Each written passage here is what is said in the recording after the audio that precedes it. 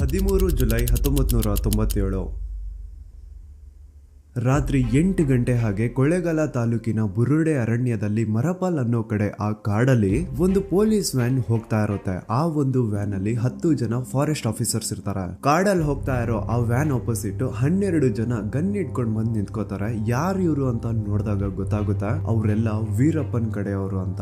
ವೀರಪ್ಪನ್ ಒಬ್ಬ notorious criminal. ತನಗೇನಾದ್ರೂ ಕೆಲ್ಸ ಆಗ್ಬೇಕಂತ ಇದ್ರೆ ಫಾರೆಸ್ಟ್ ಆಫೀಸರ್ಸ್ ನ ಕಿಡ್ನಾಪ್ ಮಾಡಿ ಅಥವಾ ಪೊಲಿಟಿಷಿಯನ್ಸ್ ನ ಕಿಡ್ನಾಪ್ ಮಾಡಿ ತನ್ನ ಕೆಲವೊಂದು ಬೇಡಿಕೆಗಳನ್ನ ಸರ್ಕಾರದ ಮುಂದೆ ಇಡ್ತಾ ಇದ್ದ. ನನ್ನ ಈ ಬೇಡಿಕೆಗಳನ್ನ ಪೂರೈಸಿದ್ರೆ ಸರಿ, ಇಲ್ಲ ಅಂತಂದ್ರೆ ಕಿಡ್ನಾಪ್ ಮಾಡಿರುವಂತವ್ರನ್ನ ಈಗ್ಲೇ ಸಾಯಿಸ್ಬಿಡ್ತೀನಿ ಅಂತ ಬೆದರಿಕೆ ಕೊಡ್ತಾ ಇದ್ದ. ಸೊ ಈ ವೀರಪ್ಪನ ಹಾವಳಿ ದಿನ ದಿನಕ್ಕೂ ಜಾಸ್ತಿ ಆಗ್ತಾ ಇದೆ. ಇವನ್ ಹೆಂಗಾದ್ರೂ ಮಾಡಿ ಹಿಡಿಬೇಕು ಅಂತ Karnataka state government, Tamil Nadu state government ಎರಡು ಒಟ್ಟಿಗೆ ಸೇರ್ಕೊಂಡು ಪೊಲೀಸ್ ಆಫೀಸರ್ಸ್ ನ ಒಂದು ಸ್ಪೆಷಲ್ ಟೀಮ್ ನ ಅಪಾಯಿಂಟ್ ಮಾಡುತ್ತೆ. ಅದೇ special task force, also known as STF. So STF team ನ ಅಪಾಯಿಂಟ್ ಮಾಡಾದ್ಮೇಲೆ ನೀವು ಹೆಂಗಾದ್ರೂ ಮಾಡಿ ವೀರಪ್ಪನ ಹಿಡಿಲೇಬೇಕು ಅಂತ ಒಂದು ಟಾಸ್ಕ್ ಕೊಟ್ಟಿರ್ತಾರೆ. ಸೊ ಈ ವೀರಪ್ಪನ್ ಕೇಸ್ ಬಗ್ಗೆ ಇನ್ವೆಸ್ಟಿಗೇಷನ್ ಮಾಡ್ತಾ ಇರ್ಬೇಕಾದ್ರೆ STF ಟೀಮ್ ಅವ್ರಿಗೆ ಒಂದು ಟಿಪ್ ಸಿಗುತ್ತೆ. ಅದೇನಂತಂದ್ರೆ ಈಗೇನ್ ವೀರಪ್ಪನು 9 ಜನ ಫಾರೆಸ್ಟ್ ಆಫೀಸರ್ಸ್ ನ ಕಿಡ್ನಾಪ್ ಮಾಡಿದಾನೋ ಇವ್ರನ್ನೆಲ್ಲ ರಿಲೀಸ್ ಮಾಡಾದ್ಮೇಲೆ ಮೇ ಬಿ ವೀರಪ್ಪನ ನೆಕ್ಸ್ಟ್ ಟಾರ್ಗೆಟ್ ಡಾಕ್ಟರ್ ರಾಜ್ಕುಮಾರ್ ಅವ್ರು ಇರಬಹುದು ಅಂತ. ಈ ವಿಷಯನ STF ಅವರು ರಾಘವೇಂದ್ರ ರಾಜ್ಕುಮಾರ್ ಅವ್ರಿಗೆ ತಿಳಿಸ್ತಾರೆ ಕೂಡ. ನೋಡಿ ರಘು, ನಮ್ಮ ಇನ್ಫಾರ್ಮೇಶನ್ ಪ್ರಕಾರ ಮೇ ಬಿ ವೀರಪ್ಪನ ನೆಕ್ಸ್ಟ್ ಟಾರ್ಗೆಟ್ ನಿಮ್ಮ ಅಪ್ಪಾಜಿ ಇರಬಹುದು. ಸೊ ಯಾವ್ದಕ್ಕೂ ಇನ್ಮೇಲಿಂದ ಸ್ವಲ್ಪ ಎಚ್ಚರವಾಗಿರಿ ಅಂತ ಒಂದು ವಾರ್ನಿಂಗ್ ಕೊಟ್ಟಿರ್ತಾರೆ. ಈ ವಿಷಯನ ರಘು ಅವ್ರು ಹೋಗ್ಬಿಟ್ಟು ತಮ್ಮ ಅಪ್ಪಾಜಿ ಡಾಕ್ಟರ್ ರಾಜ್ಕುಮಾರ್ ಅವ್ರಿಗೆ ತಿಳಿಸ್ತಾರೆ ಕೂಡ. ಅಪ್ಪಾಜಿ, ಪೊಲೀಸ್ ಅವ್ರು ಬಂದು ಹೇಳಿದ್ರು ವೀರಪ್ಪನ್ ನೆಕ್ಸ್ಟ್ ನಿಮ್ಮನ್ನ ಕಿಡ್ನಾಪ್ ಮಾಡೋ ಪ್ಲಾನ್ ಅಲ್ಲಿ ಇದಾನಂತೆ. ಸೊ ಇನ್ಮೇಲೆಯಿಂದ ಹುಷಾರಾಗಂತ ಇರಿ ಅಂತ ಹೇಳ್ತಾರ. ಆದ್ರೆ ಆಗ ರಾಜ್ಕುಮಾರ್ ಅವರು ಈ ಒಂದು ವಿಷಯನ ತಮಾಷೆ ಮಾಡ್ತಾರ. ಅಲ್ಲ, ಅದ್ ಯಾವುದೋ ಕಾಡಲ್ಲಿರೋ ವೀರಪ್ಪನು ನನ್ನನ್ನೇ ಕಿಡ್ನಾಪ್ ಮಾಡ್ತಾನೆ, ನನ್ನನ್ನ ಕಿಡ್ನಾಪ್ ಮಾಡಿದ್ರು ನನ್ ಮೈ ಮೇಲಿರೋ ಶರ್ಟ್ ಪಂಚೆ ಬಿಟ್ರೆ ಅವ್ನಿಗೆ ಇನ್ನೇನು ಸಿಗಲ್ಲ ಬಿಡು ಅಂತ ಡಾಕ್ಟರ್ ರಾಜ್ಕುಮಾರ್ ಈ ಒಂದು ಮ್ಯಾಟರ್ ನ ಸೀರಿಯಸ್ ಆಗಿ ತಗೊಳ್ಳಲ್ಲ, ತಮಾಷೆ ಮಾಡ್ತಾರ. ಆದ್ರೆ ಯಾರಿಗ್ ಗೊತ್ತಿತ್ತು 1997ರಲ್ಲಿ Veerappan may be next Rajkumar ಅವ್ರನ್ನ ಕಿಡ್ನಾಪ್ ಮಾಡಬಹುದು ಅಂತ ಊಹೆ ಮಾಡಿದ್ದು 30 ಜುಲೈ 2000ರಲ್ಲಿ ನಿಜ ಆಗುತ್ತೆ ಅಂತ. ನೋಡಿ, ಲೈಫ್ ಅನ್ನೋದು ತುಂಬಾನೇ ಅನ್ಸರ್ಟೈನ್. ನೆಕ್ಸ್ಟ್ ಮೂಮೆಂಟ್ ಯಾವಾಗ ಏನಾಗುತ್ತೆ ಅಂತ ಯಾರಿಗೂ ಗೊತ್ತಿಲ್ಲ. ಆದ್ರೆ ತಿಂಗಳ 600 ಇಂದ 700 ರೂಪಾಯಿ ನಮ್ದಲ್ಲ ಅನ್ಕೊಂಡ್ ಸೈಡ್ ಇಟ್ಬಿಟ್ರೆ ಭವಿಷ್ಯದಲ್ಲಿ ಯಾವುದೇ ಹೆಲ್ತ್ ಎಮರ್ಜೆನ್ಸಿ ಬಂದ್ರು ದುಡ್ಡಿನ ಚಿಂತೆ ಇಲ್ಲದೆ ಎದುರಿಸಬಹುದು. ಸೊ ನಾನ್ ನಿಮಗ್ ಸಜೆಸ್ಟ್ ಮಾಡೋದು ಏನಂತಂದ್ರೆ ನಿಮ್ಗೆ ನಿಮ್ ಫ್ಯಾಮಿಲಿ ಅವ್ರಿಗೆ ಮೊದ್ಲು ಒಂದು ಟರ್ಮ್ ಇನ್ಶೂರೆನ್ಸ್ ಮಾಡಿಸಿ. ಮನೇಲಿ ದುಡಿಯೋರು ನೀವು ಒಬ್ರೇ ಇದ್ದೀರಾ, ಮನೆ ಜವಾಬ್ದಾರಿ ಎಲ್ಲ ನಿಮ್ಮ ಮೇಲೆನೆ ಇದೆ, ಅಂತದ್ರಲ್ಲಿ ನಿಮ್ಗೆನೆ ಏನಾದ್ರೂ ಹೆಚ್ಚು ಕಡಿಮೆ ಆದ್ರೆ ಆಗ ನೀವು ನಿಮ್ ಕುಟುಂಬದವರು ಬೀದಿ ಪಾಲಾಗೋದ್ ಬೇಡ. ಹಾಗಾಗಿ ಈಗ್ಲೇ ಒಂದು ಟರ್ಮ್ ಇನ್ಶೂರೆನ್ಸ್ ನ ಮಾಡಿಸ್ಕೊಳ್ಳಿ. ಜಸ್ಟ್ 600 ಇಂದ 700 ರೂಪಾಯಿ ನೀವು ಮಂತ್ಲಿ ಪೇ ಮಾಡ್ತಾ ಹೋದ್ರೆ ನೀವು 2 ಕೋಟಿವರೆಗೂ ಇನ್ಶೂರೆನ್ಸ್ ಕ್ಲೇಮ್ ಮಾಡ್ಕೋಬಹುದು. ಸೊ ಡಿಸ್ಕ್ರಿಪ್ಷನ್ ಬಾಕ್ಸ್ ಅಲ್ಲಿ ಟರ್ಮ್ ಇನ್ಶೂರೆನ್ಸ್ ನ ಲಿಂಕ್ ಕೊಟ್ಟಿದ್ದೀನಿ. ಇಲ್ಲಿ ನಿಮ್ಗೆ 51+ ಡಿಫರೆಂಟ್ ಇನ್ಶೂರೆನ್ಸ್ ಪ್ರೊವೈಡರ್ಸ್ ಗಳು ಸಿಗ್ತಾರೆ. ಇದರಲ್ಲಿ ನಿಮ್ ಬಜೆಟ್ ಅಕಾರ್ಡಿಂಗ್ ನಿಮ್ಗೆ ಯಾವ್ದು ಸೂಕ್ತವಾಗುತ್ತೋ ಅದನ್ನ ಪಿಕ್ ಮಾಡ್ಕೊಳ್ಳಿ. ನಂತರ ನಿಮ್ಗೆ ಇಲ್ಲಿ ಯಾವುದೇ ಪಾಲಿಸಿ ತಗೊಂಡ್ರು 10% ಅಷ್ಟು ಡಿಸ್ಕೌಂಟ್ ಸಿಗುತ್ತೆ. ಅಷ್ಟೇ ಅಲ್ಲದೆ 24x7 ಕ್ಲೇಮ್ ಅಸಿಸ್ಟೆನ್ಸ್ ಕೂಡ ಸಿಗುತ್ತೆ. ಅಂದ್ರೆ ತುರ್ತು ಸಂದರ್ಭಗಳಲ್ಲಿ ತಕ್ಷಣನೇ ಸಹಾಯ ಪಡಿಬಹುದು. ಸೊ ಡಿಸ್ಕ್ರಿಪ್ಷನ್ ಬಾಕ್ಸ್ ಅಲ್ಲಿ ಟರ್ಮ್ ಇನ್ಶೂರೆನ್ಸ್ ನ ಲಿಂಕ್ ಕೊಟ್ಟಿದ್ದೀನಿ, ಹೋಗಿ ಒಮ್ಮೆ ಚೆಕ್ ಮಾಡಿ. ಈಗ ವಿಡಿಯೋ ಕಡೆ ವಾಪಸ್ ಬರುವ. ದಿನಾಂಕ 28 ಜುಲೈ 2000. ಡಾಕ್ಟರ್ ರಾಜ್ಕುಮಾರ್ ಅವರ ಹೆಂಡತಿ ಪಾರ್ವತಮ್ಮ ಹಾಗೂ ಅವರ ಅಳಿಯ SA ಗೋವಿಂದರಾಜು. ರಾಜ್ಕುಮಾರ್ ಅವ್ರು ಹುಟ್ಟಿದೂರು ತಳವಾಡಿ ಹತ್ರ ಇರುವಂತಹ ಗಜನೂರ್ಗೆ ಏನೋ ಒಂದು ಪರ್ಸನಲ್ ಕೆಲ್ಸದ ಮೇಲೆ ಹೋಗ್ತಾರ. ಡಾಕ್ಟರ್ ರಾಜ್ಕುಮಾರ್ ಅವ್ರಿಗೆ ತಮ್ಮ ಹುಟ್ಟಿದೂರು ಗಜನೂರು ಅಂದ್ರೆ ತುಂಬಾ ಇಷ್ಟ ಇರುತ್ತೆ. ಇನ್ನು ಆ ಊರಲ್ಲಿ ರಾಜ್ಕುಮಾರ್ ಅವ್ರ ತಂದೆ ಆಗಿನ ಕಾಲದಲ್ಲಿ 50 ರೂಪಾಯಿ ಕೊಟ್ಬಿಟ್ಟು 4 ಎಕರೆ ಜಮೀನ್ ಪರ್ಚೇಸ್ ಮಾಡಿರ್ತಾರೆ. ಅಂಡ್ ಆ ಜಮೀನ್ ಕಂಡ್ರೆ ರಾಜ್ಕುಮಾರ್ ಅವ್ರಿಗೆ ಪ್ರಾಣ.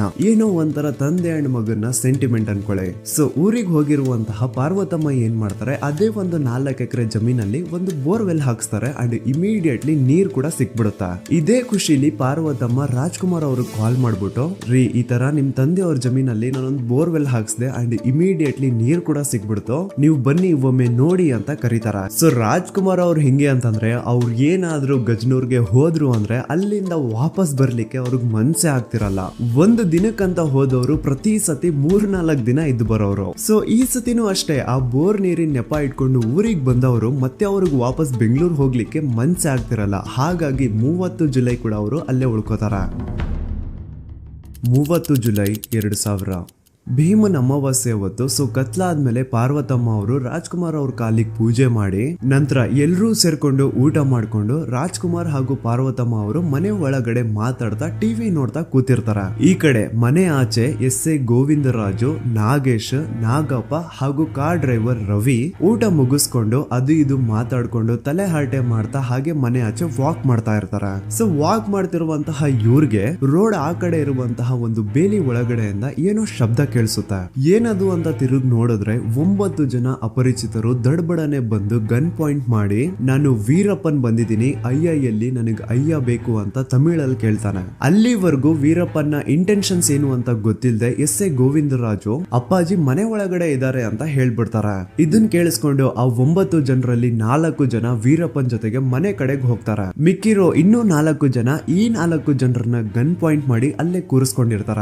ಇಬ್ರು ಮನೆ ಒಳಗಡೆ ಬ್ಯಾಕ್ ಡೋರ್ ಇಂದ ಎಂಟರ್ ಆದ್ರೆ ಇನ್ನು ಇಬ್ರು ವೀರಪ್ಪನ್ ಜೊತೆ ಫ್ರಂಟ್ ಡೋರ್ ಇಂದ ಎಂಟರ್ ಆಗ್ತಾರ. ಸೊ ಈಗ ಗನ್ ಇಟ್ಕೊಂಡು ಮನೆ ಒಳಗಡೆ ಬಂದಿರುವಂತಹ ವೀರಪ್ಪನ್ ಅಂಡ್ ಅವನ್ ಜೊತೆಗಿರುವಂತವ್ರನ್ನ ನೋಡಿ ಪಾರ್ವತಮ್ಮ ಭಯದಲ್ಲಿ ಕಿರಿಸ್ತಾರ. ಆಗ ವೀರಪ್ಪನ್ ರಾಜ್ಕುಮಾರ್ ಅವ್ರ ಕಡೆಗೆ ನೋಡ್ಬಿಟ್ಟು ಅಯ್ಯ ನಾನ್ ನಿಮ್ಮನ್ನ ಕಿಡ್ನಾಪ್ ಮಾಡೋದಕ್ ಬಂದಿದ್ದೀನಿ, ದಯವಿಟ್ಟು ನನ್ ಜೊತೆ ಬನ್ನಿ ಅಂತ ಕೇಳ್ಕೊತಾನ. ಇದನ್ ಕೇಳಿಸ್ಕೊಂಡಿದ್ ಪಾರ್ವತಮ್ಮ ಚೀರಾಡೋದಕ್ ಸ್ಟಾರ್ಟ್ ಮಾಡ್ತಾರ. ಯಾರ್ ಮುಂದೆ ಬಂದು ಏನ್ ಮಾತಾಡ್ತಿದ್ಯಾ ನೀನು ಅಂತ. ಆಗ ರಾಜ್ಕುಮಾರ್ ಅವರೇ ಪಾರ್ವತಮ್ಮ ಅವ್ರನ್ನ ಸಮಾಧಾನ ಮಾಡಿ ನನ್ಗೇನು ಆಗಲ್ಲ, ನಾನ್ ಇವ್ರ ಜೊತೆ ಹೋಗ್ತೀನಿ, ನೀನ್ ಇಲ್ಲಿ ಹುಷಾರಾಗಿರೋ, ಮಕ್ಕಳನ್ನೆಲ್ಲ ಚೆನ್ನಾಗಿ ನೋಡ್ಕೋ ಅಂತ ಪಾರ್ವತಮ್ಮ ಅವ್ರನ್ನ ಸಮಾಧಾನ ಮಾಡಿ ರಾಜ್ಕುಮಾರ್ ಅವರು ವೀರಪ್ಪನ್ ಜೊತೆ ಮನೆ ಆಚೆ ಬರ್ತಾರ. ಈಗ ಮನೆಯಿಂದ ಆಚೆ ಬಂದು ಮನೆ ಆಚೆ ಮಣ್ಕಾಲೂರಿ ಕೈ ಕಟ್ಟಿ ಕೂತಿರುವಂತಹ ಎಸ್.ಎ. ಗೋವಿಂದರಾಜು, ನಾಗೇಶ್, ನಾಗಪ್ಪ ಹಾಗೂ ಕಾರ್ ಡ್ರೈವರ್ ರವಿಗೆ ವೀರಪ್ಪನ್ ಒಂದು ಮಾತ್ ಕೇಳ್ತಾನೆ, ನಿಮ್ಮಲ್ಲಿ ಯಾರಾದ್ರೂ ಒಬ್ರು ಅಯ್ಯ ಜೊತೆ ಬರ್ಬೇಕು ಅಂತ. ಆಗ ಹಿಂದೆ ಮುಂದೆ ಯೋಚನೆ ಮಾಡದೆ ಎಸ್.ಎ. ಗೋವಿಂದರಾಜು ನಾನ್ ಬರ್ತೀನಿ ಅಂತ ಕೈ ಎತ್ತಾರ. ಅಷ್ಟ್ರಲ್ಲಿ ನಾಗೇಶ್ ಕೂಡ ಇಲ್ಲ ಇಲ್ಲ ಇವ್ರು ಬೇಡ, ನಾನ್ ಬರ್ತೀನಿ, ನನ್ನನ್ನ ಕರ್ಕೊಂಡು ಹೋಗಿ ಅಂತ ಹೇಳ್ತಾರ. ಅಷ್ಟ್ರಲ್ಲಿ ಈ ಕಡೆ ನಾಗಪ್ಪ ಕೂಡ ಇಲ್ಲ ಇಲ್ಲ ಇವ್ರು ಬೇಡ, ನಾನ್ ಬರ್ತೀನಿ ಅಂತ ಹಠ ಮಾಡ್ತಾನೆ. ಆದ್ರೆ ಕಾರ್ ಡ್ರೈವರ್ ರವಿ ಮಾತ್ರ ಹೆದರ್ಕೊಂಡು ನನ್ನನ್ನ ಬಿಟ್ಬಿಡಿ, ನನಗೆ ಹೆಂಡತಿ ಮಕ್ಕಳಿದ್ದಾರೆ ಅಂತ ಹಿಂದೆ ಸರ್ಕೋತಾನೆ. ಸರಿ ಅಂತ ಈಗ ವೀರಪ್ಪನು ಡಾಕ್ಟರ್ ರಾಜ್ಕುಮಾರ್ ಅವ್ರ ಜೊತೆಗೆ ಎಸ್.ಎ. ಗೋವಿಂದರಾಜು, ನಾಗೇಶ್ ಅಂಡ್ ನಾಗಪ್ಪ ಈ 3 ಜನರನ್ನು ಕಿಡ್ನಾಪ್ ಮಾಡಿ ಕಾಡಿಗೆ ಕರ್ಕೊಂಡು ಹೋಗ್ತಾನೆ. ಇವ್ರನ್ನೆಲ್ಲ ಕಿಡ್ನಾಪ್ ಮಾಡಿ ಕಾಡಿಗೆ ಹೋಗಕ್ಕಿಂತ ಮುಂಚೆ ವೀರಪ್ಪನು ಪಾರ್ವತಮ್ಮ ಅವ್ರಿಗೆ ಒಂದು ಕ್ಯಾಸೆಟ್ ಕೊಟ್ಟಿರ್ತಾನೆ. ಅಮ್ಮ ಇದನ್ನ ತಗೊಂಡ್ ಹೋಗಿ ಎಸ್.ಎಂ. ಕೃಷ್ಣ ಅವ್ರಿಗೆ ಕೊಡಿ ಅಂತ. ಸೊ ಪಾರ್ವತಮ್ಮ ಅವರು ಇಮಿಡಿಯೇಟ್ಲಿ ಕಾರ್ ಡ್ರೈವರ್ ರವಿನ ಕರ್ಕೊಂಡು ಬೆಂಗಳೂರು ಕಡೆಗೆ ಹೊರಡ್ತಾರ. ಈಗ ಆ ಕ್ಯಾಸೆಟ್ ಅಲ್ಲಿ ಏನಿತ್ತು ಅಂತ ಎಲ್ಲೂ ಹೊರಗ್ ಬಂದಿಲ್ಲ. ಮೇ ಬಿ ನಮ್ಮ ಅಸಂಪ್ಷನ್ಸ್ ಪ್ರಕಾರ ಆ ಒಂದು ಕ್ಯಾಸೆಟ್ ಅಲ್ಲಿ ವೀರಪ್ಪನು ತಾನು ಯಾಕೆ ಡಾಕ್ಟರ್ ರಾಜ್ಕುಮಾರ್ ಅವ್ರನ್ನ ಕಿಡ್ನಾಪ್ ಮಾಡ್ದ ಅಂಡ್ ಅವ್ರನ್ನ ಸೇಫ್ ಆಗಿ ಬಿಡುಗಡೆ ಮಾಡೋದಕ್ಕೆ ವೀರಪ್ಪನ ಬೇಡಿಕೆಗಳು ಏನು ಅಂತ ವೀರಪ್ಪನ ಒಂದು ವಿಡಿಯೋ ರೆಕಾರ್ಡ್ ಮಾಡಿರಬಹುದು ಅಂತ ನಮ್ಮ ಅಸಂಪ್ಷನ್. ಆದ್ರೆ ನಿಜವಾಗ್ಲೂ ಆ ಕ್ಯಾಸೆಟ್ ಒಳಗಡೆ ಏನಿತ್ತು ಅಂತ ಎಲ್ಲೂ ಹೊರಗ್ ಬಂದಿಲ್ಲ. It's A top secret. Kidnap ಆದಾಗ ಡಾಕ್ಟರ್ ರಾಜ್ಕುಮಾರ್ ಅವ್ರ ಜೊತೆ ಇದ್ದಂತಹ ಎಸ್.ಎ. ಗೋವಿಂದರಾಜು ಹೇಳ್ದಂಗೆ ಅವರು ಕಿಡ್ನಾಪ್ ಆಗಿದ್ ರಾತ್ರಿಯಿಂದ ಹಿಡಿದು ನೆಕ್ಸ್ಟ್ 3 ದಿನವರೆಗೂ ಇವರಿಂದ ಕಂಟಿನ್ಯೂಸ್ಲಿ ಕಾಡಲ್ಲಿ ನಡೆಸ್ತಾರಂತ.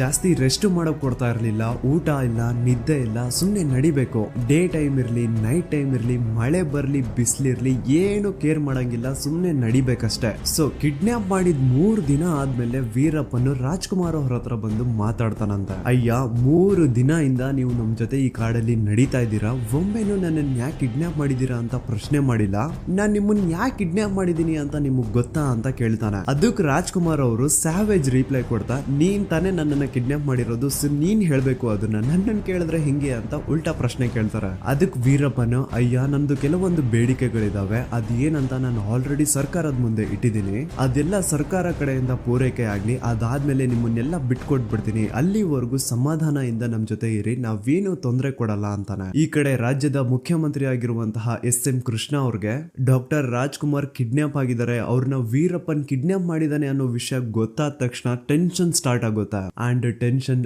ಆಗ್ಬೇಕು ಕೂಡ, ಯಾಕಂದ್ರೆ ಕಿಡ್ನಾಪ್ ಆಗಿರೋದು ಯಾರೋ ಸಾಮಾನ್ಯ ವ್ಯಕ್ತಿ ಅಲ್ಲ, ಡಾಕ್ಟರ್ ರಾಜ್ಕುಮಾರ್. ಅಭಿಮಾನಿಗಳನ್ನ ದೇವರು ಅಂತ ಕರೆದವರು ಕಿಡ್ನಾಪ್ ಆಗಿದ್ದಾರೆ ಅನ್ನೋ ವಿಷಯ ಅಭಿಮಾನಿಗಳಿಗೆ ಗೊತ್ತಾಯ್ತು ಅಂದ್ರೆ ಅಭಿಮಾನಿಗಳು ಸುಮ್ನೆ ಇರ್ತಾರ? ಆಬ್ವಿಯಸ್ಲಿ ಆಕ್ರೋಶ ಅನ್ನೋ ಬೆಂಕಿ ಹತ್ತಿ ದಗದಗ ಅಂತ ಉರಿಯುತ್ತಾ. ಸೊ ಈ ಮ್ಯಾಟರ್ ಅಲ್ಲಿ ಆದಷ್ಟು ಡ್ಯಾಮೇಜ್ ಕಂಟ್ರೋಲ್ ಆಗ್ಲಿ ಅಂತ ಎಸ್.ಎಂ. ಕೃಷ್ಣ ಟ್ರೈ ಮಾಡ್ತಾರ. ಎಸ್.ಎಂ. ಕೃಷ್ಣ ಅವ್ರ ಜೊತೆ ಸೇರಿ ರಾಜ್ಕುಮಾರ್ ಫ್ಯಾಮಿಲಿ ಅವರು ಒಂದು ಪ್ರೆಸ್ ಮೀಟ್ ನ ಮಾಡ್ತಾರೆ. ಅಂಡ್ ಅದರಲ್ಲಿ ನಾವು ಆದಷ್ಟು ಬೇಗ ರಾಜ್ಕುಮಾರ್ ಅವ್ರನ್ನ ಬಿಡಿಸ್ಕೊಂಡ್ ಬರ್ತೀವಿ ಅಂತ ಅಭಿಮಾನಿ ದೇವರುಗಳಿಗೆ ಭರವಸೆ ಕೊಡ್ತಾರ. ಈ ಕಡೆ ವೀರಪ್ಪನ್ ಕ್ಯಾಸೆಟ್ ಮೇಲೆ ಕ್ಯಾಸೆಟ್ ಕಳಿಸ್ತಾನೆ ಇರ್ತಾನೆ. ಅವ್ನ್ ಡಿಮ್ಯಾಂಡ್ಸ್ ಏನಿತ್ತು ಅಂದ್ರೆ, ಮೊದಲನೇದಾಗಿ ಈ ಒಂದು ಕೇಸಲ್ಲಿ ಯಾವೊಬ್ಬ ಪೊಲೀಸ್ ಆಫೀಸರ್ ಕೂಡ ಇನ್ವಾಲ್ವ್ ಆಗ್ಬಾರ್ದು. ಇನ್ನೊಂದು, ತಮಿಳುನಾಡಿನ ಒಬ್ಬ ಕವಿಯ ಪ್ರತಿಮೆ ಕರ್ನಾಟಕದ ಬೆಂಗಳೂರಲ್ಲಿ ತುಂಬಾ ದೊಡ್ಡದಾಗಿ ಸ್ಥಾಪನೆ ಮಾಡಬೇಕು. ಮೂರನೇದಾಗಿ ಕರ್ನಾಟಕ ರಾಜ್ಯದಲ್ಲಿ ಕನ್ನಡ ಭಾಷೆಯ ನಂತರ ತಮಿಳು ಎರಡನೇ ಅಧಿಕೃತ ಭಾಷೆ ಆಗ್ಬೇಕು. ನಾಲ್ಕನೇದು ತಮಿಳುನಾಡು ಅವರು ಯಾವಾಗ ಕೇಳಿದ್ರು ಎಷ್ಟು ಕೇಳಿದ್ರು ಇಲ್ಲ ಅಂದಿರ ಕಾವೇರಿ ನೀರ್ ಬಿಡ್ಬೇಕು. ಐದನೇದು 1991ರಲ್ಲಿ ರಾಜೀವ್ ಗಾಂಧಿ ಬಾಂಬ್ ಬ್ಲಾಸ್ಟ್ ಕೇಸಲ್ಲಿ ಅರೆಸ್ಟ್ ಆಗಿ ಮೈಸೂರು ಅಂಡ್ ಕೊಯಂಬತ್ತೂರ್ ಜೈಲಲ್ಲಿ ಇರುವಂತಹವ್ರನ್ನ ರಿಲೀಸ್ ಮಾಡಬೇಕು. ಜೊತೆಗೆ TDA ಕೇಸಲ್ಲಿ ಅರೆಸ್ಟ್ ಆಗಿರುವಂತಹ ಜನರನ್ನು ಸಹ ಬಿಡಬೇಕು. ಇಷ್ಟೇ ಅಲ್ಲದೆ ಹಣದ ಬೇಡಿಕೆನೂ ಸಹ ವೀರಪ್ಪನ್ ಇಟ್ಟಿರ್ತಾನೆ. ಆದ್ರೆ ಅದು ಎಕ್ಸಾಕ್ಟ್ ಅಮೌಂಟ್ ಎಷ್ಟು ಅಂತ ಎಲ್ಲೂ ಕ್ಲಿಯರ್ ಇಲ್ಲ. ಒಬ್ರು 100 ಕೋಟಿ ಅಂತಾರೆ, ಒಬ್ರು 40 ಕೋಟಿ ಅಂತಾರೆ, ಒಬ್ರು 10 ಕೋಟಿ ಅಂತಾರೆ. ಸೊ ಅದು ಎಕ್ಸಾಕ್ಟ್ ಅಮೌಂಟ್ ಏನು ಅಂತ ಲಾಸ್ಟ್ ಅಲ್ಲಿ ಗೊತ್ತಾಗುತ್ತಾ. ವೀರಪ್ಪನ್ ಬರೀ ದುಡ್ಡಿನ ಡಿಮ್ಯಾಂಡ್ ಮಾತ್ರ ಮಾಡಿದಿದ್ರೆ ಸರ್ಕಾರ ಅವನದು ಎಷ್ಟು ಕೇಳ್ತಾನೋ ಒಂದ್ ಸ್ವಲ್ಪ ಹೆಚ್ಚು ಕಡಿಮೆ ಮಾಡಿ ಅವನು ದುಡ್ಡು ಕೊಟ್ಟು ಡಾಕ್ಟರ್ ರಾಜ್ಕುಮಾರ್ ಅಂಡ್ ಅವ್ರ ಜೊತೆಗಿರೋರ್ನ ಬಿಡಿಸ್ಕೊಂಡು ಬಂದಿರೋರು. ಆದ್ರೆ ವೀರಪ್ಪನ್ ತುಂಬಾ ಸ್ಮಾರ್ಟ್ಲಿ ಯೋಚನೆ ಮಾಡಿ ಬರೀ ದುಡ್ಡಿನ ಡಿಮ್ಯಾಂಡ್ ಅಲ್ಲದೆ ಬೇರೆ ಏನೇನೋ ಬೇಡಿಕೆಗಳನ್ನ ಇಟ್ಟಿರ್ತಾನೆ. ಲೈಕ್ ಕಾವೇರಿ ನೀರಿನ ವಿಷಯ, ಕರ್ನಾಟಕದಲ್ಲಿ ತಮಿಳ್ ಸೆಕೆಂಡ್ ಲ್ಯಾಂಗ್ವೇಜ್ ಆಗ್ಬೇಕು, ಅಷ್ಟೇ ಅಲ್ಲದೆ ರಾಜೀವ್ ಗಾಂಧಿ ಬಾಂಬ್ ಬ್ಲಾಸ್ಟ್ ಕೇಸಲ್ಲಿ ಅರೆಸ್ಟ್ ಆಗಿರುವಂತಹವ್ರನ್ನ ಬಿಡುಗಡೆ ಮಾಡ್ಬೇಕು. ಇದೆಲ್ಲ ಪೂರೈಸೋದಕ್ಕೆ ಸಾಧ್ಯನೇ ಇರಲ್ಲ. ಕೊನೆಗೆ ಏನಪ್ಪಾ ಮಾಡೋದು, ವೀರಪ್ಪನ್ ಕೇಳೋದೆಲ್ಲ ಮಾಡೋಕ್ಕಾಗಲ್ಲ ಅಂತ ಅವ್ನಿಗೆ ಅರ್ಥ ಮಾಡಿಸ್ಬೇಕು. ಆದ್ರೆ ಅವನ ಹತ್ರ ಹೋಗಿ ಮಾತಾಡಿ ಅವ್ನಿಗೆ ಅರ್ಥ ಮಾಡಿಸೋರು ಯಾರು ಅಂತ ಹುಡುಕ್ಬೇಕಾದ್ರೆ SM ಕೃಷ್ಣ ಅವ್ರಿಗೆ ಮೊದಲು ತಲೆಗೆ ಬಂದಿದ್ದ ಹೆಸರೇ IGP C Dinakar. So inspector of general police C Dinakar ಅವ್ರನ್ನ SO ಮೂಲಕನೇ ಹೊರಗಿನ ಪ್ರಪಂಚದಲ್ಲಿ ಏನಾಗ್ತಿದೆ ಅಂತ ತಿಳ್ಕೊಳ್ಳೋದು. ಸೊ ಒಮ್ಮೆ ನೀವು ರೇಡಿಯೋ ಮೂಲಕ ಅವನಿಗೆ ರಿಕ್ವೆಸ್ಟ್ ಮಾಡಿ ನೋಡಿ ಅಂತ ಸಲಹೆ ಕೊಡ್ತಾನೆ. ಆಗಸ್ಟ್ 19, 2000 ರಾತ್ರಿ 8:15 ಪ್ರಸಾರ ಆಗುವಂತಹ BBC ನ್ಯೂಸ್ ನ ರೇಡಿಯೋ ಮೂಲಕ ಪಾರ್ವತಮ್ಮ ಹಾಗೂ ರಾಜ್ಕುಮಾರ್ನ ಫ್ಯಾಮಿಲಿ ರಾಜ್ಕುಮಾರ್ನ ಬಿಡುಗಡೆ ಮಾಡುವಂತ ವೀರಪ್ಪನ್ ಹತ್ರ ಕೇಳ್ಕೊತಾರೆ. ಪಾರ್ವತಮ್ಮ ಅಂಡ್ ಮಕ್ಕಳು ವೀರಪ್ಪನ್ ಹತ್ರ ರೇಡಿಯೋ ಮೂಲಕ ರಾಜ್ಕುಮಾರ್ ಅವ್ರನ್ನ ಬಿಟ್ಕೊಡುವಂತ ಕೇಳ್ಕೊಳ್ಳೋದನ್ನ ರಾಜ್ಕುಮಾರ್ ಅವರು ಕೇಳಿಸ್ಕೊಂಡು ಕಣ್ಣೀರ್ ಹಾಕ್ತಾರಂತೆ. ಫಾರ್ ದ ಫಸ್ಟ್ ಟೈಮ್ ಅವ್ರ ಲೈಫ್ ಅಲ್ಲೇ ಮೊದಲನೇ ಸತಿ SI Govindaraju, Nagesh and Nagappa doctor Rajkumar ಅವರು ಅಳ್ತಿರುವಂತದನ್ನ ನೋಡಿದ್ದು. ಸೊ ಪಾರ್ವತಮ್ಮ ಹಾಗೂ ರಾಜ್ಕುಮಾರ್ ಫ್ಯಾಮಿಲಿ ಎಲ್ಲ ರಿಕ್ವೆಸ್ಟ್ ಮಾಡ್ಕೊಂಡು ಆದ್ಮೇಲೆ ಅದೇ ಒಂದು ರೇಡಿಯೋ ಚಾನಲ್ ಅಲ್ಲಿ ನೆಕ್ಸ್ಟ್ ನ್ಯೂಸ್ ಪ್ರಸಾರ ಆಗುತ್ತೆ. ಅದೇನಂತಂದ್ರೆ ವೀರಪ್ಪನ್ ಹತ್ರ ಮಾತಾಡ್ಲಿಕ್ಕೆ ನಕೀರನ್ ಗೋಪಾಲ್ ಹೋಗ್ತಿದ್ದಾನೆ ಅಂತ. ನಕೀರನ್ ಬರ್ತಿದ್ದಾನ, ವೀರಪ್ಪನ್ ಹತ್ರ ಮಾತಾಡ್ಲಿಕ್ಕೆ ಅವನು ಕಾಂಪ್ರಮೈಸ್ ಮಾಡಿಸ್ಲಿಕ್ಕೆ ನಕೀರನ್ ಬರ್ತಿದ್ದಾನ ಅಂತ ಕೇಳಿಸ್ಕೊಂಡು ಕಿಡ್ನಾಪ್ ಆಗಿರೋರ್ಗೆಲ್ಲ ಏನೋ ಒಂಥರ ಖುಷಿ. ನಕೀರನ್ ಬಂದ್ಬಿಟ್ಟು ಅವ್ರನ್ನೆಲ್ಲ ಬಿಡಿಸ್ಕೊಂಡು ಹೋಗ್ಬಿಡ್ತಾನೆ ಅಂತ ಅವ್ರಿಗೆ ಸಖತ್ ಎಕ್ಸ್ಪೆಕ್ಟೇಷನ್ಸ್ ಇರುತ್ತೆ. ಸೊ 1-2 ದಿನ ಆದ್ಮೇಲೆ ಕಾಡಿಗೆ ನಕೀರನ್ ಬರ್ತಾನೆ ಕೂಡ. ನಕೀರನ್ ಜೊತೆ ಪಾರ್ವತಮ್ಮ ಅವರು ಎಲ್ರಿಗೂ ಬಟ್ಟೆ, ಬ್ರಷ್, ಮಾತ್ರೆ ಎಲ್ಲಾನು ಕಳಿಸ್ಕೊಟ್ಟಿರ್ತಾರೆ. ಅಲ್ಲಿವರೆಗೂ ಸುಮಾರು 30 ದಿನವರೆಗೂ ಕಿಡ್ನಾಪ್ ಆಗಿರೋರು ಇನ್ಕ್ಲೂಡಿಂಗ್ ಡಾಕ್ಟರ್ ರಾಜ್ಕುಮಾರ್ ಅವರು 30 ದಿನ ಒಂದೇ ಜೊತೆ ಬಟ್ಟೆಲಿರ್ತಾರೆ. ಓಕೆ, ನಕೀರನ್ ಬರ್ತಾನೆ, ವೀರಪ್ಪನ್ ಜೊತೆ ಮಾತಾಡ್ತಾನೆ, 1-2 ಫೋಟೋ ತಗೊಳ್ತಾನೆ ವೀರಪ್ಪನ್ ಜೊತೆ. ನಂತರ ಬರ್ತಾನೆ ರಾಜ್ಕುಮಾರ್ ಅವ್ರ ಜೊತೆ ಮಾತಾಡ್ತಾನೆ, ಅವ್ರದ್ದು ಒಂದು ಇಂಟರ್ವ್ಯೂ ತಗೋತಾನೆ. ನಡಿ ಅಷ್ಟೇ, ನೆಕ್ಸ್ಟ್ ದಿನ ವಾಪಸ್ ಹೋಗ್ಬಿಡ್ತಾನೆ. ಎಲ್ಲಿ ನಮ್ಮನ್ನೆಲ್ಲ ನಿನ್ ಜೊತೆ ವಾಪಸ್ ಕರ್ಕೊಂಡು ಹೋಗಲ್ವಾ ಅಂತ ಕೇಳಿದ್ರೆ ಇಲ್ಲ, ವೀರಪ್ಪನ್ ಇನ್ನು ಒಪ್ತಾ ಇಲ್ಲ, ಅವ್ನಿಗೇನೋ ಇನ್ನು ಟೈಮ್ ಬೇಕಂತೆ ಅಂತ ಹೇಳಿ ಹೊರಟೋಗ್ಬಿಡ್ತಾನೆ. ಈ ಕಡೆ ಕಿಡ್ನಾಪ್ ಆಗಿರುವಂತಹ SI ಗೋವಿಂದರಾಜು, ನಾಗೇಶ್ ಅಂಡ್ ನಾಗಪ್ಪ ತುಂಬಾ ಭರವಸೆ ಇಟ್ಟಿರ್ತಾರೆ, ತುಂಬಾ ನಂಬಿಕೆ ಇಟ್ಟಿರ್ತಾರೆ ನಕೀರನ್ ಮೇಲೆ. ನಕೀರನ್ ಬರ್ತಾನೆ, ವೀರಪ್ಪನ್ನ ಕಾಂಪ್ರಮೈಸ್ ಮಾಡಿಸ್ತಾನೆ, ಅದಾದ್ಮೇಲೆ ನಮ್ಮನ್ನೆಲ್ಲ ಇಲ್ಲಿಂದ ಬಿಡಿಸ್ಕೊಂಡು ಹೋಗ್ಬಿಡ್ತಾನೆ ಅಂತ. ಆದ್ರೆ ಆ ಒಂದು ನಂಬಿಕೆ, ಆ ಒಂದು ಭರವಸೆ ಚೂರ್ ಚೂರ್ ಆಗ್ಬಿಡುತ್ತೆ. ನಂತರ ಒಂದು 10-15 ದಿನ ಆದ್ಮೇಲೆ ಮತ್ತೆ ಬರ್ತಾನೆ. ಯಾರು? ನಕೀರನ್ ಗೋಪಾಲ್. ಬಂದ ತಕ್ಷಣ ಅಪ್ಪಾಜಿ ಅವ್ರ ಜೊತೆ ಮಾತಾಡಿ, ಅಪ್ಪಾಜಿ ನಾನು ಎಲ್ಲ ಮಾತಾಡಿದೀನಿ, ಇವತ್ತು ನನ್ನ ಜೊತೆ ನಿಮ್ಮನ್ನ ಕರ್ಕೊಂಡೇ ಹೋಗ್ತೀನಿ ಅಂತ ಹೇಳೋದು. ಅದಾದ್ಮೇಲೆ ವೀರಪ್ಪನ್ ಜೊತೆ ಅದೆಲ್ಲೋ ದೂರದಲ್ಲಿ ಹೋಗಿ ಮಾತಾಡ್ಕೊಂಡ್ ಬಂದು, ಇಲ್ಲ ಅಪ್ಪಾಜಿ ಈ ಸತಿ ಆಗಲ್ಲ, ಇನ್ನೊಂದ್ಸತಿ ಬಂದು ಕರ್ಕೊಂಡು ಹೋಗ್ತೀನಿ ಅಂತ ಹೇಳ್ತಾನೆ. ಹೀಗೆ ಮಾಡ್ತಾ ಮಾಡ್ತಾ 60 ದಿನದಲ್ಲಿ ಸುಮಾರು 4 ಸತಿ ನಕೀರನ್ ಗೋಪಾಲ್ ವೀರಪ್ಪನ್ ಇರೋ ಕಡೆಗೆ ಬಂದ್ಬಿಟ್ಟು ಇವ್ರಿಗೆಲ್ಲ ಇವತ್ತು ನಾನು ನಿಮ್ಮನ್ನ ಬಿಡಿಸ್ಕೊಂಡು ಹೋಗ್ಬಿಡ್ತೀನಿ ಅಂತ ಭರವಸೆ ಕೊಡೋದು. ಆಮೇಲೆ ಇಲ್ಲ ಇಲ್ಲ ಇವತ್ತಾಗಲ್ಲ, ನೆಕ್ಸ್ಟ್ ಇನ್ನೊಂದ್ಸತಿ ಬಂದು ಬಿಡಿಸ್ಕೊಂಡು ಹೋಗ್ತೀನಿ ಅಂತ ನಂಬಿಕೆ ಚೂರು ಮಾಡ್ಬಿಡೋದು. ಈ ಕಡೆ ಗವರ್ಮೆಂಟ್ ಅವ್ರಿಗೂ ನಕೀರನ್ ಗೋಪಾಲ್ ಮೇಲೆ ನಂಬಿಕೆ ಹೋಗ್ಬಿಡುತ್ತಾ. ಸೊ ಇವ್ನ್ ಮಾಡೋ ಪ್ರಯತ್ನ ಮಾಡ್ಲಿ, ಈ ಕಡೆ ನಮ್ ಪ್ರಯತ್ನ ನಾವು ಮಾಡುವ ಅಂತ ಕರ್ನಾಟಕ ರಾಜ್ಯ ಸರ್ಕಾರ ಏನ್ ಮಾಡುತ್ತಾ, ವೀರಪ್ಪಂದು ಒಂದು ಬೇಡಿಕೆ ಇತ್ತು. 1996ರಲ್ಲಿ ಶಂಕರ್ ಅನ್ನೋ ಒಬ್ಬ ಪೊಲೀಸ್ ಆಫೀಸರ್ ವೀರಪ್ಪನ್ ಊರಿನವ್ರನ್ನ ಹಾಗೂ ವೀರಪ್ಪನ್ಗೆ ಸಂಬಂಧ ಪಡೋರ್ನೆಲ್ರು TDA ಕೇಸ್ ಅಂಡರ್ 10 ವರ್ಷ ಜೈಲಿಗೆ ಹಾಕಿರ್ತಾರೆ. ಸೊ ಈಗ ವೀರಪ್ಪನ್ ಅವ್ರು ಎಲ್ರು ಅಮಾಯಕರು, ಅವ್ರನ್ನೆಲ್ಲ ಮೊದಲು ಜೈಲಿಂದ ಬಿಡುಗಡೆ ಮಾಡಿ ಅಂತ ಡಿಮ್ಯಾಂಡ್ ಮಾಡಿರ್ತಾನೆ. ಇದನ್ನಾದ್ರೂ ನಾವು ಪೂರೈಸುವ ಅಂತ ಕರ್ನಾಟಕ ರಾಜ್ಯ ಸರ್ಕಾರ ತಮಿಳುನಾಡು ರಾಜ್ಯ ಸರ್ಕಾರ ಜೊತೆಗೆ ಸೇರಿ ಮೈಸೂರು ಹಾಗೂ ಕೊಯಂಬತ್ತೂರು ಜೈಲಲ್ಲಿ ಇರುವಂತಹ TDA ಅಪರಾಧಿಗಳನ್ನ 100ಕ್ಕಿಂತ ಹೆಚ್ಚು ಅಪರಾಧಿಗಳನ್ನ ಬಿಡುಗಡೆ ಮಾಡ್ತಾರೆ. ಈ ವಿಷಯ ವೀರಪ್ಪನ್ಗೂ ಹಾಗೂ ಅವನ್ ಕಡೆ ಅವ್ರಿಗೆಲ್ಲ ಗೊತ್ತಾದ್ಮೇಲೆ ವೀರಪ್ಪನ್ ತುಂಬಾ ಖುಷಿ ಪಡ್ತಾನೆ. ಅವ್ನ್ ರಾಜ್ಕುಮಾರ್ ಅವ್ರ ಹತ್ರ ಬಂದು ಹೇಳ್ತಾನೆ ಕೊಡ್ತಿಲ್ಲ, ಈ 4 ಜನರಲ್ಲಿ ಯಾರನ್ನಾದ್ರೂ ಒಬ್ಬರನ್ನ ಸಾಯಿಸ್ಬಿಡೋಣ, ಆಗ ಸರ್ಕಾರಕ್ಕೆ ಭಯ ಬಂದು ನಾವು ಹೇಳಿದ್ದನ್ನ ಮುಚ್ಕೊಂಡ್ ಕೇಳ್ತಾರೆ ಅಂತ ಪ್ಲಾನ್ ಪ್ಲಾನ್ ಮಾಡ್ತಿರ್ತಾರ. ಈ ಪ್ಲಾನಿಂಗು ಹಂಗೋ ಹಿಂಗೋ ನಾಗಪ್ಪಗೆ ಗೊತ್ತಾಗುತ್ತೆ. ಆಗ ನಾಗಪ್ಪ ಯೋಚನೆ ಮಾಡ್ತಾರೆ, ಇವ್ರು ಏನಾದ್ರೂ ಸಾಯಿಸೋ ತರ ಇದ್ರೆ ನಮ್ 4 ಜನರಲ್ಲಿ ಯಾರನ್ನ ಸಾಯಿಸಬಹುದು ಅಂತ.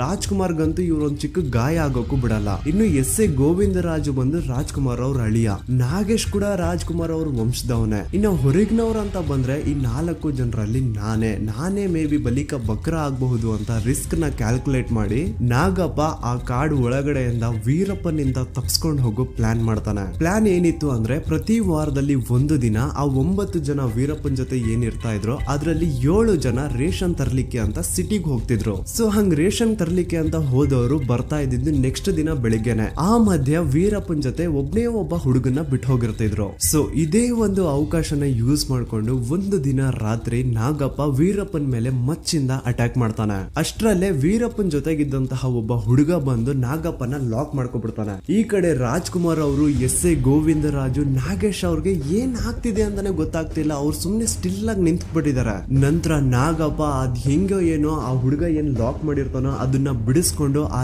ರಾತ್ರಿ ಅಲ್ಲಿಂದ ಓಡ್ ಹೋಗ್ಬಿಡ್ತಾರ. ಆ ಕತ್ಲೆಯಲ್ಲಿ ಬೆಳಕಿಲ್ದೆ ರಾತ್ರಿ ಹೊತ್ತಿ ಏನಾಯ್ತು ಅಂತ ಯಾರಿಗೂ ಕ್ಲಿಯರ್ ಇರಲ್ಲ. ಬೆಳಿಗ್ಗೆ ಎದ್ದು ನೋಡಿದ್ರೆ ವೀರಪ್ಪನ್ ತಲೆಗೆ 28 ಸ್ಟಿಚ್ ಬಿದ್ದಿರ್ತವೆ. ಈ ಕಡೆ ನಾಗಪ್ಪನ ಅದೃಷ್ಟ ನೋಡಿ ಆ ಕತ್ಲೆಯಲ್ಲಿ ಆ ಕಾಡಲ್ಲಿ ಯಾವುದೇ ಒಂದು ಹಾವು, ಚೇಳು, ಆನೆ, ಕರಡಿ, ಹುಲಿ, ಚಿರತೆ ಯಾವುದೇ ಪ್ರಾಣಿ ಹತ್ರ ತಗ್ಲಾಕೊಳ್ದೆ ಸೇಫ್ ಆಗಿ ನೆಕ್ಸ್ಟ್ ದಿನ ಬೆಂಗಳೂರಿಗೂ ಸಹ ರೀಚ್ ಆಗ್ಬಿಡ್ತಾರ. ಈ ಕಡೆ ಕಾಡಲ್ಲಿ ಉಳಿದಿರುವಂತಹ 3 ಜನ ರಾಜ್ಕುಮಾರ್, ಎಸ್.ಎ. ಗೋವಿಂದರಾಜು, ನಾಗೇಶ್ ಅವ್ರಿಗೆ ರೇಷನ್ ತರ್ಲಿಕ್ಕೆ ಅಂತ ಹೋದವರು ವೀರಪ್ಪನ್ ಕಡೆ ಅವರು ವಾಪಸ್ ಬಂದಾಗ ಸರಿಯಾಗಿ ಟಾರ್ಚರ್ ಕೊಡ್ತಾರಂತ. ನಾವಿಲ್ದೇ ಇರೋ ಟೈಮ್ ನ ಯೂಸ್ ಮಾಡ್ಕೊಂಡು ನೀವೇ ಹೇಳಿ ನಾಗಪ್ಪನಿಂದ ವೀರಪ್ಪನ್ಗೆ ಅಟ್ಯಾಕ್ ಮಾಡಿಸಿರ್ತೀರಾ, ನಿಮ್ದೇ ಇದೆಲ್ಲ ಪ್ಲಾನಿಂಗು ಅಂತ ಕೆಟ್ಟದಾಗ ಬೈತಾರಂತ. ಆದ್ರೆ ಆಗ ವೀರಪ್ಪನೇ ಇಲ್ಲ ಈ 3 ಜನದ್ದು ಏನು ತಪ್ಪಿಲ್ಲ, ಇವ್ರಿಗೆ ಯಾರು ಬೈಬೇಡಿ ಅಂತ ಬುದ್ಧಿ ಮಾತು ಹೇಳ್ತಾರಂತ. ಸೊ ವೀರಪ್ಪನ್ಗೆ ನಿನ್ನೆ ನೈಟ್ ನಾಗಪ್ಪ ಅವನ ಮೇಲೆ ಅಟ್ಯಾಕ್ ಮಾಡಿದ್ದು ಆ ಯೋಚನೆ ಬಿಟ್ಟು ಬೇರೆನೆ ಯೋಚನೆ ಇರುತ್ತೆ. ಈ ಮ್ಯಾಟರ್ ಯಾಕೆ ಇಷ್ಟು ದಿನ ಆದ್ರೂ ಸಾಲ್ವ್ ಆಗ್ತಿಲ್ಲ, ಯಾಕಿದು ಡೇ ಬೈ ಡೇ ಡ್ರ್ಯಾಗ್ ಆಗ್ತಾನೆ ಇದೆ. ನಕೀರನ್ನ ಕರ್ಸ್ಬಿಟ್ಟು ಕೇಳ್ತಾನೆ. ಹೌದು, ಇನ್ನೊಂದು ಹೇಳೋದ್ ಮರ್ತೋದೆ, ಅವತ್ತು ನಾಗಪ್ಪ ವೀರಪ್ಪನ್ ಮೇಲೆ ಅಟ್ಯಾಕ್ ಮಾಡಿದ ರಾತ್ರಿ ಏನಿತ್ತು ಆ ರಾತ್ರಿ ನಕೀರನು ವೀರಪ್ಪನ್ ಜೊತೆನೆ ಇದ್ದ. ಸೊ ವೀರಪ್ಪನ್ ನಕೀರನ್ನ ಕೇಳ್ತಾನೆ, ಯಾಕೆ ನಕೀರನ್ ಈ ಮ್ಯಾಟ್ರ್ ಇಷ್ಟು ಬೇಗ ಸಾಲ್ವ್ ಆಗ್ತಿಲ್ಲ, ನನ್ ಡಿಮ್ಯಾಂಡ್ಸ್ ಏನಂತ ನಾನು ಆಲ್ರೆಡಿ ಹೇಳಿದೀನಿ, ಆದ್ರೂ ಯಾಕೆ ಇಷ್ಟು ಡಿಲೇ ಆಗ್ತಿದೆ, ಯಾಕೆ ಇಷ್ಟು ಡ್ರ್ಯಾಗ್ ಆಗ್ತಿದೆ ಈ ಮ್ಯಾಟರ್ ಅಂತ ಕೇಳಿದಾಗ ಆಗ ನಕೀರನು ಇದು ಅದು ಅಂತ ತಿರುಗಿಸಿ ಮುರುಗಿಸಿ ಮಾತಾಡಿ ಸೈಲೆಂಟ್ ಆಗಿ ಅಲ್ಲಿಂದ ಎಸ್ಕೇಪ್ ಆಗ್ಬಿಡ್ತಾನೆ. ಈಗ ವೀರಪ್ಪನ್ಗೆ ನಕೀರನ್ ಮೇಲೆ ಡೌಟ್ ಬಂದ್ಬಿಡುತ್ತೆ. ವೀರಪ್ಪನ್ ಏನ್ ಮಾಡ್ತಾನೆ, ತನ್ನ ಗ್ಯಾಂಗ್ ಅಲ್ಲಿ ಒಬ್ಬನ್ನ ಚೆನ್ನೈಗೆ ಕಳಿಸ್ತಾನೆ, ನೀನಲ್ಲಿ ಹೋಗಿ ಏನ್ ನಡೀತಿದೆ ತಿಳ್ಕೊಂಡ್ ಬಾ ಅಂತ. ಸೊ ಆ ವೀರಪ್ಪನ್ ಗ್ಯಾಂಗ್ ಮೆಂಬರು ಚೆನ್ನೈಗೆ ಬಂದು ನೋಡಿದ್ರೆ ಅಲ್ಲಿ ಕತೆ ಬೇರೆನೆ ಇರುತ್ತೆ. ಆಕ್ಚುಲಿ ನಕೀರನ್ ಗೋಪಾಲ್ದು ಒಂದು ಸ್ವಂತ ಮ್ಯಾಗಝಿನ್ ಇರುತ್ತೆ, ನಕೀರನ್ ಅಂತ. ಸೊ ಅವ್ನ್ ಏನ್ ಮಾಡೋನು ಅಂತಂದ್ರೆ ಇಲ್ಲಿ ವೀರಪ್ಪನ್ ಹತ್ರ ಕಾಡಿಗೆ ಬಂದು ವೀರಪ್ಪನ್ ಜೊತೆ ಇಳಿದಿರುವಂತಹ ಫೋಟೋಸ್, ರಾಜ್ಕುಮಾರ್ ಅವ್ರ ಜೊತೆ ಇಳಿದಿರುವಂತಹ ಫೋಟೋಸ್ ನ ಎಕ್ಸ್ಕ್ಲೂಸಿವ್ ಆಗಿ ತನ್ನ ಮ್ಯಾಗಝಿನ್ ಒಳಗಡೆನೆ ಪಬ್ಲಿಷ್ ಮಾಡ್ತಿದ್ದ. ಹೀಗಾಗಿ ಆ ನಕೀರನ್ ಮ್ಯಾಗಝಿನ್ ನ ಸೇಲ್ ಏನಿತ್ತೋ ಅದು ಟಾಪ್ ಹೊರಟೋಗ್ಬಿಟ್ಟಿರುತ್ತೆ. ಕೋಟ್ಯಾಂತರ ರೂಪಾಯಿ ಮಾಡ್ಕೋತಾನೆ ನಕೀರನ್ ಗೋಪಾಲ್. ಸೊ ಈ ಮ್ಯಾಟರ್ ಇಷ್ಟು ಬೇಗ ಕ್ಲಿಯರ್ ಆಗ್ಬಿಟ್ರೆ ತನ್ನ ಮ್ಯಾಗಝಿನ್ ಅಲ್ಲಿ ಪ್ರಿಂಟ್ ಮಾಡ್ಲಿಕ್ಕೆ ನ್ಯೂಸ್ ಇರಲ್ಲ ಅಂತ ಹೇಳ್ಬಿಟ್ಟು ನಕೀರನ್ ಗೋಪಾಲ್ ಬೇಕಂತಾನೆ ಈ ಮ್ಯಾಟರ್ ನ ಡ್ರ್ಯಾಗ್ ಮಾಡ್ತಿರ್ತಾನಂತೆ. ಸೊ ಈಗ ವೀರಪ್ಪನ ಗ್ಯಾಂಗ್ ಮೆಂಬರು ಈ ವಿಷಯನೆಲ್ಲ ಅರ್ಥ ಮಾಡ್ಕೊಂಡು ವಾಪಸ್ ಕಾಡಿಗೆ ಆ ನಕೀರನ್ ಮ್ಯಾಗಝಿನ್ ಸಮೇತ ಹೋಗಿ ವೀರಪ್ಪನ್ಗೆ ಎಲ್ಲಾ ವಿಷಯನ ತಿಳಿಸ್ತಾನೆ. ವೀರಪ್ಪನ್ಗೆ ನಕೀರನ್ ಮೇಲೆ ತುಂಬಾ ಕೋಪ ಬರುತ್ತೆ. ನೆಕ್ಸ್ಟ್ ಬರ್ಲಿ ಅವನ್ಗಿದೆ ಅಂತ ಕಾಯ್ತಾ ಇರ್ತಾನೆ. ಈ ಕಡೆ ದಿನಗಳು ಕಳೀತಾನೆ ಇದಾವೆ. ಆದ್ರೆ ಡಾಕ್ಟರ್ ರಾಜ್ಕುಮಾರ್ ಅವರು ಇನ್ನೂವರೆಗೂ ರಿಲೀಸ್ ಆಗೇ ಇಲ್ಲ. ಹಾಗಾಗಿ ಕರ್ನಾಟಕದಲ್ಲಿ ದಂಗೆಗಳೆದ್ದಿರ್ತವೆ. ಕನ್ನಡಿಗರು ಕರ್ನಾಟಕದಲ್ಲಿರುವಂತಹ ತಮಿಳ್ ಪೀಪಲ್ ಮೇಲೆ ಅಟ್ಯಾಕ್ ಮಾಡ್ತಿರ್ತಾರೆ. ಡಾಕ್ಟರ್ ರಾಜ್ಕುಮಾರ್ ಅವ್ರನ್ನ ಕಿಡ್ನಾಪ್ ಮಾಡಿದಕ್ಕೆ ಕರ್ನಾಟಕದಲ್ಲಿ ಇಷ್ಟೆಲ್ಲ ಅದ್ರಲ್ಲಿ ಒಬ್ರು ನಾಗಪ್ಪ ವೀರಪ್ಪನ್ ಮೇಲೆ ಅಟ್ಯಾಕ್ ಮಾಡಿ ಓಡ್ ಹೋಗ್ಬಿಟ್ಟಿದ್ರು. ಇನ್ನು ಈಗ ವೀರಪ್ಪನೇ ಎಸ್.ಎ. ಗೋವಿಂದರಾಜು ಅವ್ರನ್ನ ಬಿಟ್ಕೊಟ್ಟಿರ್ತಾನೆ. ಇನ್ನು ಮಿಗ್ಲಿರೋದು ಇಬ್ರೆ, ಡಾಕ್ಟರ್ ರಾಜ್ಕುಮಾರ್ ಹಾಗೂ ನಾಗೇಶ್. ಸ್ವಲ್ಪ ದಿನ ಆದ್ಮೇಲೆ ವೀರಪ್ಪನ್ ಈ ಇಬ್ರನ್ನು ಬಿಟ್ಕೊಡೋದಕ್ಕೆ ಒಪ್ಕೊಳ್ತಾನೆ. ಅಟ್ ಒನ್ ಕಂಡೀಷನ್, ಅವನು 100 ಕೋಟಿ ಹಣ ಡಿಮ್ಯಾಂಡ್ ಮಾಡ್ತಾನೆ. ಆಗ ಕರ್ನಾಟಕ ರಾಜ್ಯ ಸರ್ಕಾರ ಕೊಳ್ತೂರು ಮಣಿ ಮೂಲಕ ವೀರಪ್ಪನ್ ಹತ್ರ ಬಾರ್ಗೇನ್ ಮಾಡಿಸಿ 100 ಕೋಟಿ ಇದ್ದಂತಹ ಡಿಮ್ಯಾಂಡ್ ನ 10 ಕೋಟಿಗೆ ತರ್ತಾರೆ. ಅಂಡ್ 10 ಕೋಟಿಗೆ ವೀರಪ್ಪನ್ ಒಪ್ಕೊಳ್ತಾನೆ. 15 ನವೆಂಬರ್ 2000 ಬೆಳಗಿನ ಜಾವ ನಡುಮರಣ್ ಹಾಗೂ ಕೊಳ್ತೂರ್ ಮಣಿ ವೀರಪ್ಪನ್ ಹೇಳಿದ ಜಾಗಕ್ಕೆ 10 ಕೋಟಿ ತಗೊಂಡು ಹೋಗಿ ರಾಜ್ಕುಮಾರ್ ಅವ್ರನ್ನ ಬಿಡಿಸ್ಕೊಂಡ್ ಬರ್ತಾರೆ. ಅಂಡ್ ಬಿಟ್ಕೊಡ್ಬೇಕಾದ್ರೆ ವೀರಪ್ಪನ್ ರಾಜ್ಕುಮಾರ್ ಅವ್ರಿಗೆ ತುಂಬಾ ಚೆನ್ನಾಗಿ ರೆಡಿ ಮಾಡಿ ಅವ್ರ ಕೂದ್ಲಿಗೆಲ್ಲ ಡೈ ಮಾಡಿ ಅವ್ರಿಗೆ ಸನ್ಮಾನ ಎಲ್ಲ ಮಾಡಿ ನನ್ನಿಂದ ಏನಾದ್ರು ತಪ್ಪಾಗಿದ್ರೆ ಕ್ಷಮೆ ಇರ್ಲಿ ಅಯ್ಯ ಅಂತ ಕೇಳ್ಕೊಳ್ತಾ ನಾಗೇಶ್ ಹಾಗೂ ಡಾಕ್ಟರ್ ರಾಜ್ಕುಮಾರ್ ಅವ್ರನ್ನ ಬಿಟ್ಕೊಡ್ತಾನೆ.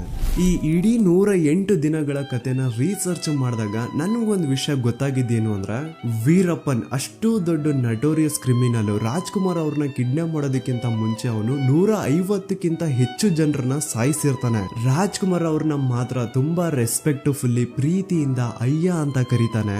ಆ ಕಾಡಲ್ಲಿ 108 ದಿನಗಳ ಕಾಲ ಅವ್ರನ್ನ ಮಗು ತರ ನೋಡ್ಕೋತಾನಂತ. ಒಂದು ದಿನಾನು ಅವನು ಡಾಕ್ಟರ್ ರಾಜ್ಕುಮಾರ್ ಅವ್ರಿಗೆ ಏಕವಚನದಲ್ಲಿ ಮಾತಾಡಿಲ್ಲ, ಬೇರೆ ಯಾರನ್ನು ಮಾತಾಡೋದಕ್ಕೂ ಕೊಟ್ಟಿಲ್ಲ.